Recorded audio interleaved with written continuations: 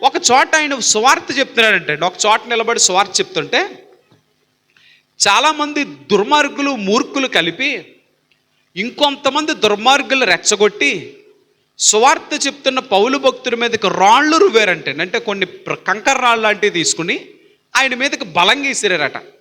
బలంగా ఇసిరితే భయంకరమైన దెబ్బలు తగిలినాయి ఆయనకి. ఉదాహరణకు ఆయన దగ్గర 2 చేతులు ఉంటాయి. ఆ 2 చేతులతో ఎంత ఆపితే మాత్రం దెబ్బలు తగలకుండా ఉంటాయి చెప్పండి?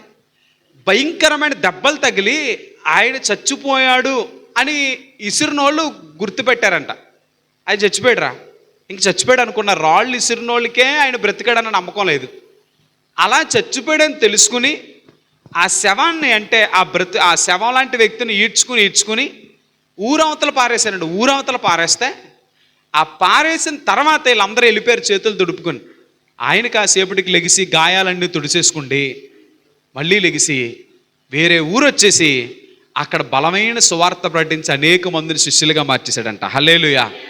చూడండి, అది అంత గొప్ప సాక్ష్యం. అంటే చిన్న కడుపు నొప్పి వస్తే ఈరోజు చర్చికి రాం అండి, చిన్న బలహీనత వస్తే ఈరోజు మందిరానికి రాం, లేదా చిన్నది ఏదైనా మన ఇంట్లో జరగరాని జరిగితే మనం దేవుడికి దూరం అయిపోతాం. ఏదైనా సమస్య వస్తే దేవుడికి దూరంగా ఉంటాం.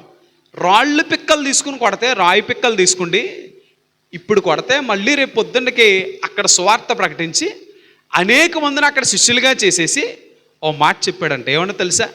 అనేక శ్రమలు అనుభవిస్తేనే మనం దేవుడి రాజ్యానికి వెళ్ళగలం.